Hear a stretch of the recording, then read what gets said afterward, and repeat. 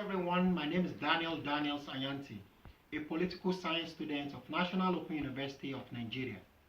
Today I'm going to discuss about African problems and solutions. First, we need to assimilate the genesis of African problems before solutions and the historical colonial administrators, both previous and present African leaders' mistake for rectification. You will concur with me that we Africans are shadow boxing without thorough plan to give a technical knockout to economic instability growth in our continent.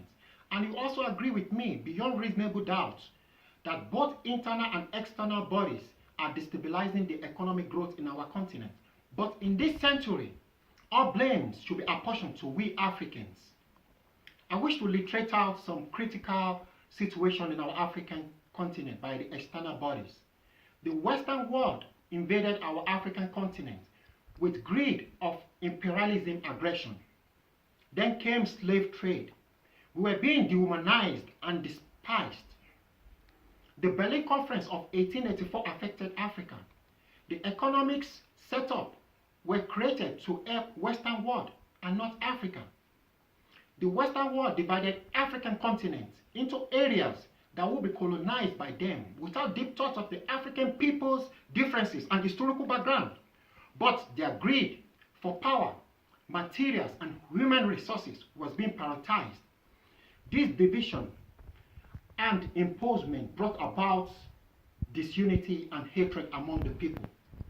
Then came colonization, neocolonization, and then independence. I keep asking, do we really have economic independence? Window dressing and cosmetic aid that will siphon African resources, be it by internal or external bodies, should be checkmate and be eradicated. Lots of Africans have been subjected to inferiority complex and been declined towards melodramatic words by the Western world. Also, some of our African leaders' life have been regimented. The Western world tells them what to do, what to think, and what to feel. We Africans are our problems. We need to rudiment and distinguish for us not to misconcept the word ruler and leader.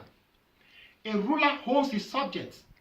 That means his people are accountable to him, while a leader is the prime navigator that anchors and sacrifices himself for his people. But we Africans, we support and vote in someone that possesses the quality of a ruler to administrate, and then later we start to complain and get antagonized.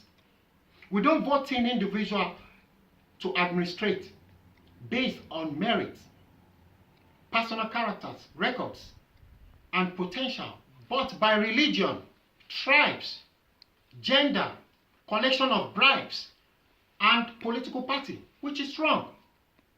We keep castigating, segregating, and we keep killing ourselves because of perpetual unforeseen ramification and calamities in our continent, which is not the solution.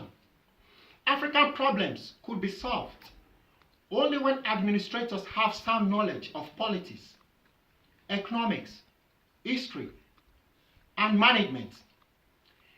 The administrators need to be given room to operate without coercion method, embrace sincerity, transparency, credibility, accountability, that a common man can view the record that be accounted for, and have respect for democracy, good governance, human rights, and the rule of law. We should persevere to achieve full economic independence without international interference and abolish corruption, exploitation of any kind, unnecessary expenditure, inflation of loan solicitation, inflation of budget allocation, and excessive allowances that will channel us in the pool of deficit.